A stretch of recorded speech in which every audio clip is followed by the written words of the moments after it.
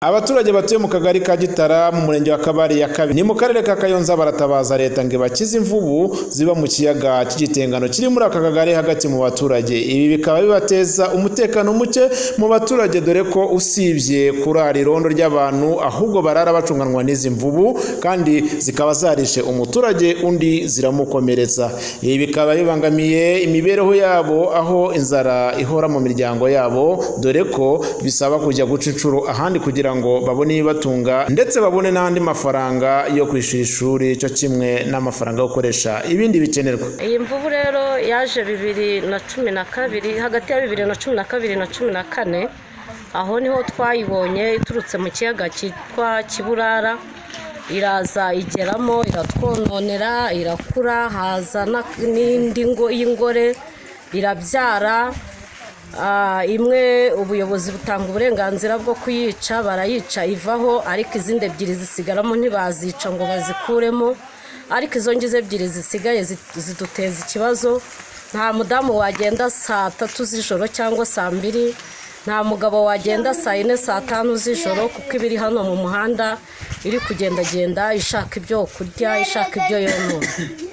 Icyo twasaba leta ishinzwe inyamaswa zo mu biyaga zonona, kumva baza bagatanga uburenganzira, bakazitega bakazikuramo, cyangwa se bakazana abashinzwe kuziyobora bakazijyana mu biyaga byazo. Ariko iki ntabwo ari ikiyaga cyo kubamo imvubu, kuko ni akayaga gatoya, ni damu, ntabwo ari ikiyaga.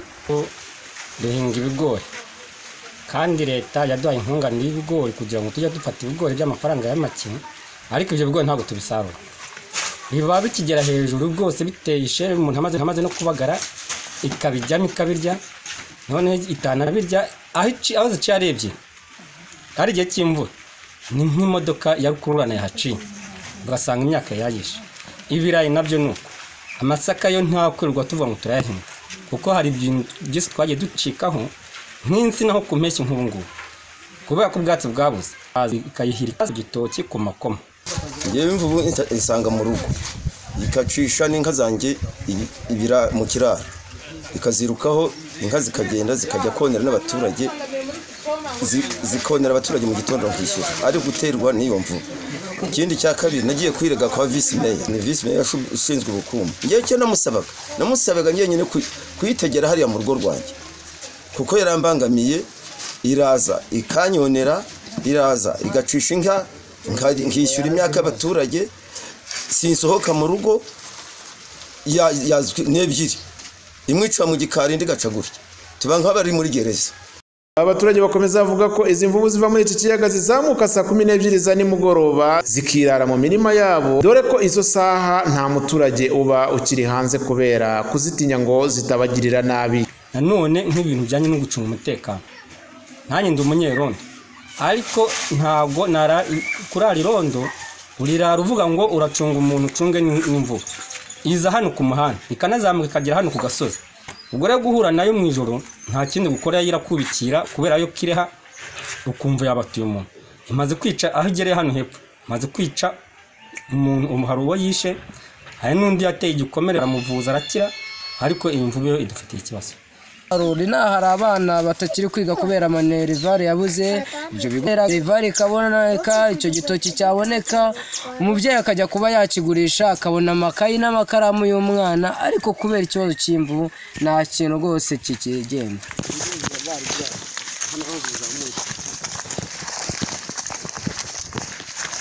Ibi ni ibibare byazo. Yego, urabona naho ngaho ko ziba zarahacukuye. Ikindi kandi bavuga ko byabaciye intege gukomeza guhinga ibigori bitewe n'uko zibyona, kandi ngo niyo bagiye guhabwa indishyi zibyangirijwe babaha intica n'ikize. Duhinga ibigori kandi leta yaduhaye inkunganire y'ibigori kugira ngo tujye dufata ibigori by'amafaranga y'amake, ariko ibyo bigori ntabwo tubisarura, biba bikigera hejuru rwose biteye ishere. Umuntu amaze no kubagara ikabijyamo ikabirya, none itanabirya aho ziciye arebye. Ari igihe cy'imvura ni nk'imodoka ya rukururana yahaciye, ugasanga imyaka yayishe.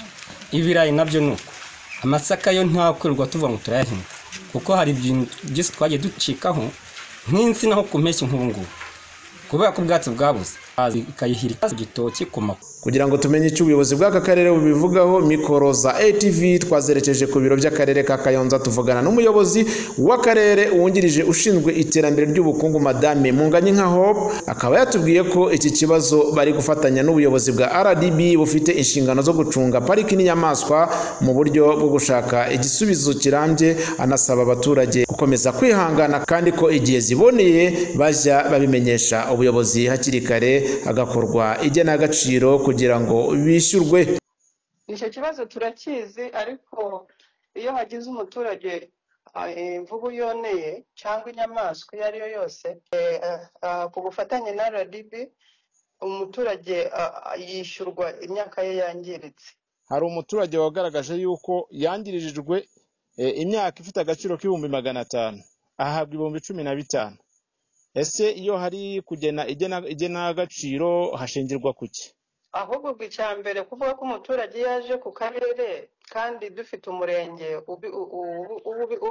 aho uwo muturage aba atuye, iyo yonesherejwe ntabwo bimusaba kuza ku karere. Hari agoronome, iyo yagaragaje ko yonewe hari agoronome bajyayo bakagena agaciro k'iyo myaka yangiritse, none hakishyurwa. Kuvuga ngo yabaze 500,000 bamuha 15, ibyo byose sinzi ukuri kwabyo, ariko nuko biba byaciye mu mucyo bakamubarira uko igiciro kirahari kizwi, ubwo nabyo byasuzumwa neza. Ariko nta muturage ujya urengana ngo bamuhaye amafaranga make yonesherejwe ibintu, cyangwa ko bikorwa n'abagoronome bakababarira. Ubwo ndahita mbihuza rero n'ikibazo kiri muri kariya gace kijyanye n'umutekano muke, kuko urumva saa 12 ziba zazamutse mu kiyaga, kandi wareba ikiyaga ugasanga nta mutekano gifite, ntigikorotiriye. Sinzi iki kibazo nimba wenda mwarakibonye. Nacyo turakizi, ariko iyo bigaragaye ko koko imvubu zijya mu mago y'abaturage, icyo gihe iyo ifashwe hari RDB, hari inzego z'umutekano, hari akarere, ubwo hashaka igisubizo. Ariko igisubizo kirambye nuko ngira ngo Akagera niba uyizi yose irazitiye, fensi y'Akagera izitijwe n'amashanyarazi. Iyo bibayeho rero nk'uko hagira ibyemezo bifatwa, ariko nta kibazo twari twahura nacyo cyane. Kugira ngo kiriya kiyaga kigire umutekano harateganywa iki kugira ngo zigumemo ntizizongere kuvamo? Igisubizo kirambye kirimo kirigwaho. Ubusanzwe izi mvubu nk'uko aba baturage babivuga zageze muri aka kagari mu ntangiriro z'umwaka 2014, ku zimwe y'ingabo igasangwamo n'indi y'ingore, zikaza kubyara ininyenzi yayo, nubwo imwe yaje kwicwa kugeza amagingo aya. Didier Hategekimana, ATV mu karere ka Kayonza.